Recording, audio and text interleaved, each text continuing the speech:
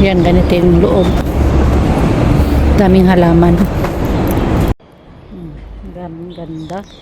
Ganda dahon pala to. Kala ko bulaklak. Guys, ganito yung loob niya, oh.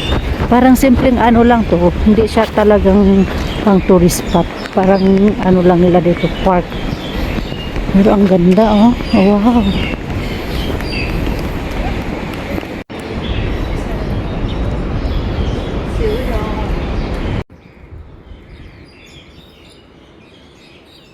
Ganda.